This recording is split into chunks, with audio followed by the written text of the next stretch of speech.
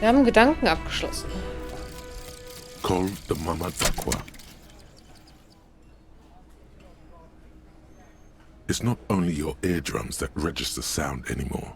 Your very skin has become an organ of hearing. Looking for a whisper, light and low.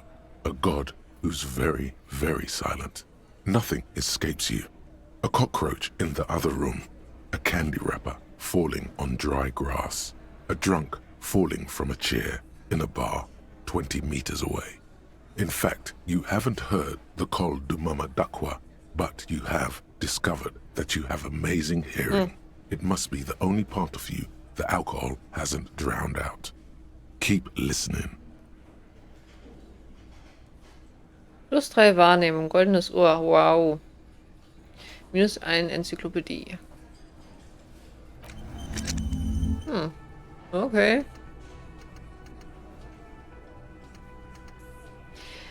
Ja, ich würde schon gerne noch was freischalten. Drei Fähigkeitspunkte.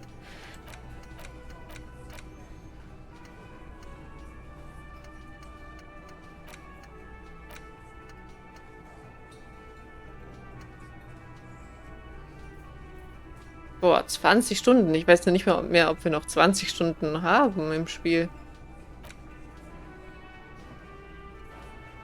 Das geht schnell. Das auch.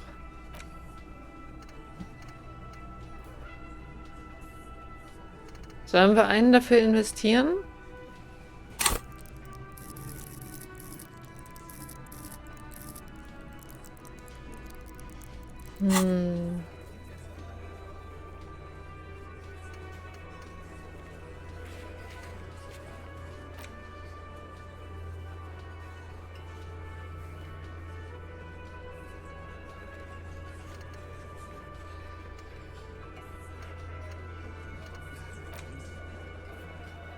Frage ist mit den Fähigkeitsprüfungen. Oh Gott.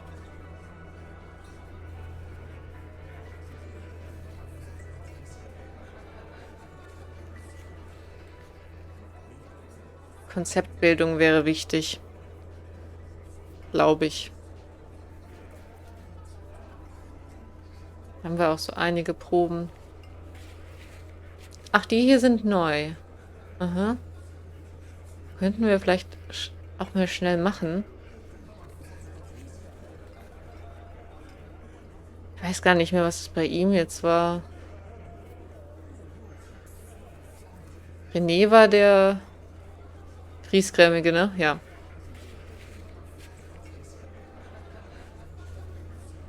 Container müssen wir nicht mehr.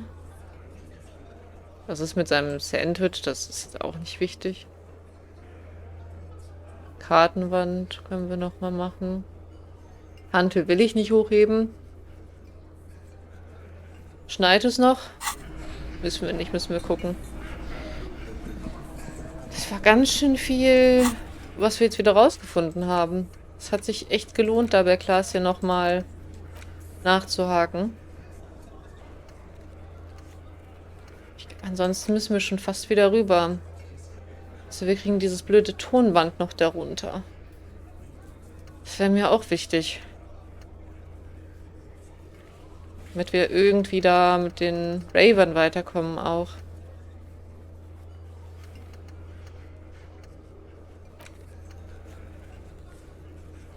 Logik. Stimmt, diese Logikprobe. Ah. Wir haben so viele wichtige Proben, habe ich das Gefühl. Deshalb weiß ich nicht, ob wir jetzt hier noch was freischalten sollen. Das macht mich sehr unsicher. Wir müssten eventuell Logik hochpumpen. Konzeptbildung. Aber eventuell auch noch Mechanik.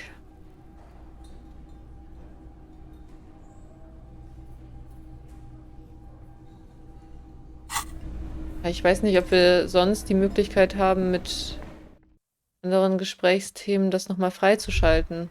Oh, was passiert? You think you have a pretty hot suspect right now, don't you? That ruby of yours? Ja, und? Notice how it came together without casting too much suspicion on Clausia. It was nice and Ruby-centric in the end. Was soll das heißen? Anything strike you a bit off about this mishmash?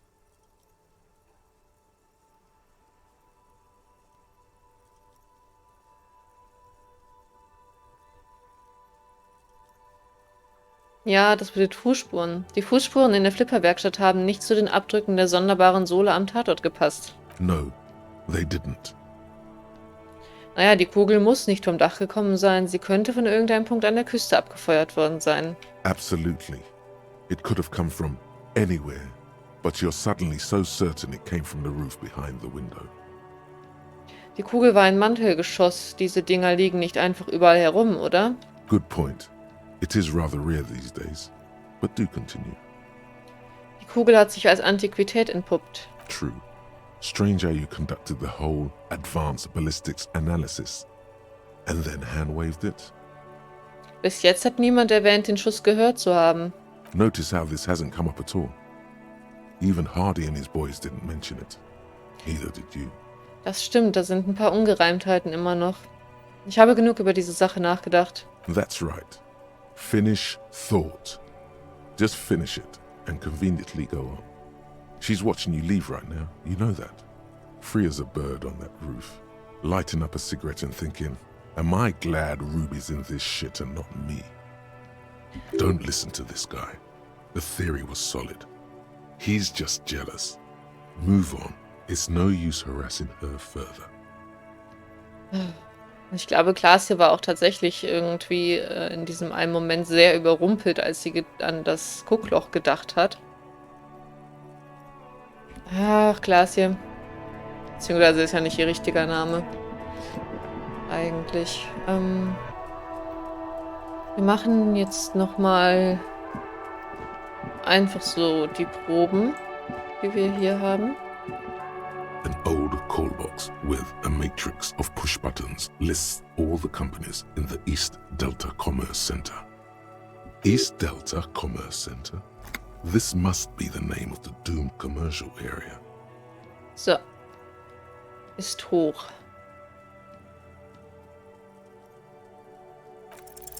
Whatever she says, it can't hurt you. You're a different person now. Stronger, healthier, and... alright, maybe not healthier, but it's a bonus that you've drunk so hard you can't remember any of your past relationships. Oblivion's the ace in your corner. Erneut bei ihr klingeln. There's a light buzz as you press the doorbell, waiting for her to answer the call. It's cold outside, and you can hear the wind blowing into the speaker. A strange metallic taste fills your mouth as you stare at the intercom. There's the static again, whispering like a seashell pressed against the air. Yes, hello. This is Tricentennial Electric. Have you come to place an order?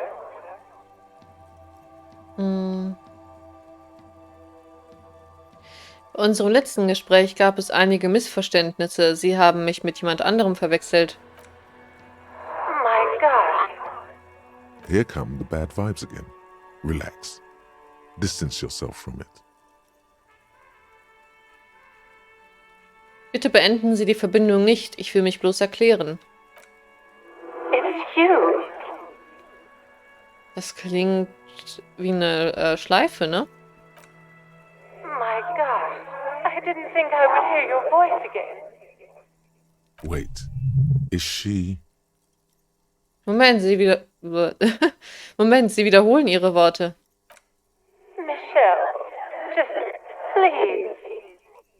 Selbst Ihre Atmung und Ihre abfallende Betonung zum Satzende hin klingen identisch. Why did you even call? I don't understand. You've been gone for months. I thought you didn't care. Ich kann sagen, was ich will. Sie werden einfach weiterreden, oder? The voice from the intercom doesn't answer, but you can hear her breathing. Wind blows into your microphone again, crackling and echoing in the box. Your hands are getting cold and your breathing becomes visible, forming small silvery puffs in the air. Sind Sie fertig? Können wir jetzt reden? Ever since I came to work here, it's been different. as if my mind's been wiped clean. Ich sage nichts. It's so nice. It's so nice to be able to finally forget about you. And then it hits you. Sie sind eine Aufnahme. She tries again not to cry, and still doesn't succeed completely. Her quiet sobs sound old and distant, as if her voice is being played off a wax cylinder. Real or not, your mirror neurons react. It feels painful to be listening to this. Anger boils up in your chest. Es ist nur eine Aufnahme und ich dachte, Her sound melts into the static from a long-distance phone call. From time to time, you can hear people talking in the distance, but can't make out any words. This is where you hung up the call the last time, but the recording is still going. Ich höre weiter zu. A phone rings in the office with an old-fashioned chime, and someone walks by in a pair of heels. The static is like a warm blanket wrapped around the sounds. Ist da jemand? No one replies, but the static grows stronger like rainfall. Then a female voice speaks out, completely different from the one before. Glorious and total somehow, crawling inside your head. Her words are too cold to comprehend. She smells of sodium lights and rain streaks on car windows. Eyes like pilot lights watch your shape in dark hallways, guttering. So, Das seltsame, fremdartige Gedankenmuster endet. Der Lieutenant schaltet sich ein und begutachtet die Sprechanlage. it was a recording trapped in the circuitry from some ancient tenant. This sometimes happens. Shall we conclude here? We have other mysteries to solve. Moment, eine in den Schaltkreisen gefangene Aufnahme, sagen Sie? I don't have time to explain it to you right now. Maybe sometime later. Blickt beinahe wehmütig zum Meer. Mir ist gerade etwas Sonderbares passiert. Don't take this the wrong way, but during our short stint working together, something weird is almost always happening to you. Das stimmt, ja.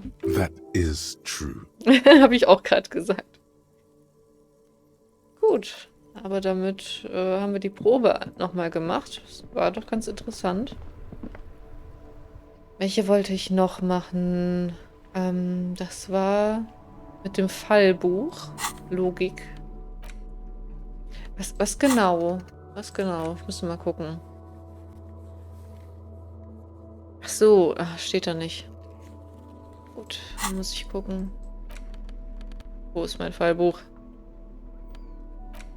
Da. It's the ledger you found in the trash. A cabbage of papers hanging from the board, with the permeables drawer inside. It's barely held together by a clip, then made complete by the faint smell of urinal cleaner. Warum?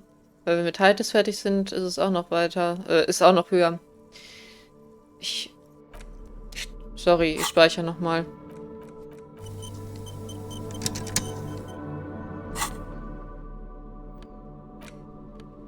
It's the ledger you found in the trash. A cabbage of Wir papers lesen hanging die from the board, Fallakten. with the permeable. Yes, at last.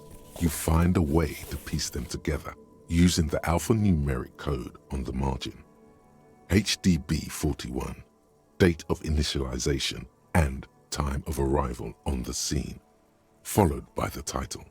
For example, HDB 41120117000, the next world mural. Moment mal, HDB 41, waren das nicht Officer und Revier? Why, yes, your precinct number is 41. Und HDB? Every last alphanumeric in the files begins with it. And these are your case files. It's safe to say HDB are your initials. Das wissen wir auch schon. Harrier Dubois, HDB. Das Wandbild der nächsten Welt. This one is relatively easy to reconstruct. Overnight on 1202, a graffito, nay, a mural, appears on an 8-story tenement overlooking central Jamrock. The building is a sparsely inhabited ghost tower, part of a failed real estate development called Grand Couronne. The mural is enormous. 2 silhouettes, a man and a woman, are kissing. The text cut into their form reads, "True love is possible only in the next world. For new people, it is too late for us. Wreak havoc on the middle class." People call it that thing and that fucking thing. It's visible for miles. In 2 days, the station's complaints desk gets clogged with requests to remove the bummer. You and your partner are assigned to the case. The graffito crew is easy to track down. Only the bell lectures have the literage of industrial paint to cover the surface. One of the graffito artists is rumored to be rich. They take responsibility for the execution, but not the design. The ideologue of the next world mural, as the crew calls it, remains an unknown. Moment mal, finde ich jemals heraus, wer sich das ausgedacht hat? The case files do not show you finding the author of the design. Ich lese weiter. The crew agrees to clean up after themselves. However, your partner, JV, is against the removal, citing public support for conservation. This leads to a debate in Precinct 41, which then spreads to the streets of Jamrock, ending in a rare plebiscite organized by you and the rest of Row 3. Aha. The 9,000 people subjected to the mural's message, all of Lakeside, Central Jamrock, and Villa Lobos, plus half of the eminent domain, participate in the vote. Although the case begins with what appears to be a lot of rambling on the streets as to how juvenile and stupid the mural is, given a choice between 2 options. Das Wandbild entfernen, das ist falsch. A staggering 78% of voters choose to keep it. Turns out the opposition were a loud minority. And that love truly is possible in the next world, for new people. And it is too late for us. So, ja, also ich bin auch dafür, wäre auch dafür gewesen, das zu behalten, auf jeden Fall. Aber ich dachte, es wird da noch mehr zu erläutert.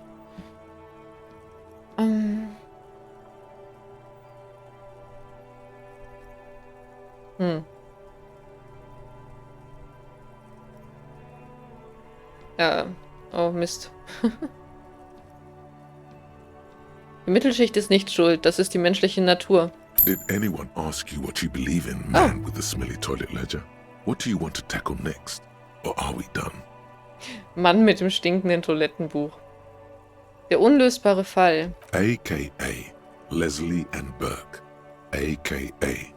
The public indecency drunk and the property damage drunk is a cursed case. It has been passed from unsuspecting officer to unsuspecting officer for 10 years.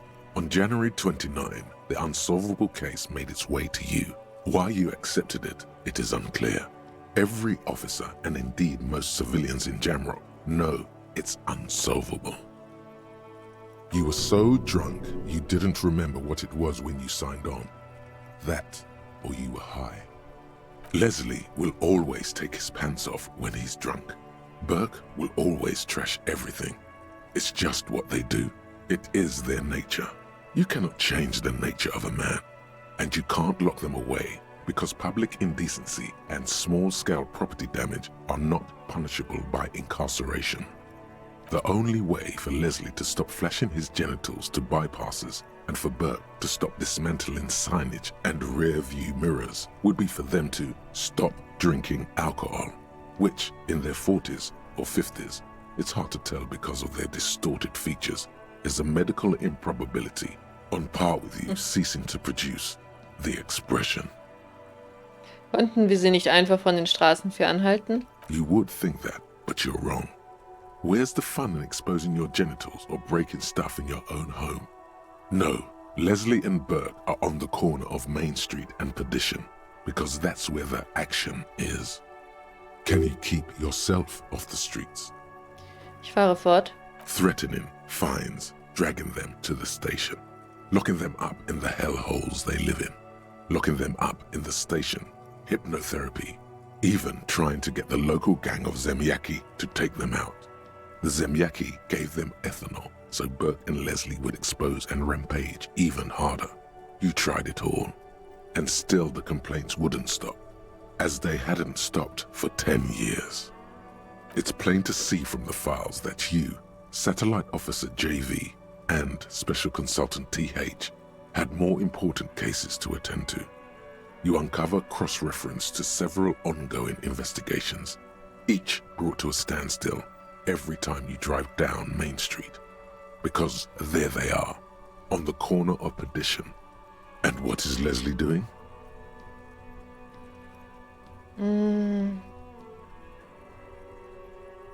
Moment, was ist jetzt nochmal, wer ist nochmal Leslie? Der entblößt sich. Öffentliche Unsittlichkeit? Good, you're learning. If the files are to be trusted, that's all there is to it. That and Burke breaking things, and the fact that they're both drunk. But then again, so are you. The case becomes considerably less comic one day, when Burke takes a swing at your ledger. Bitte was?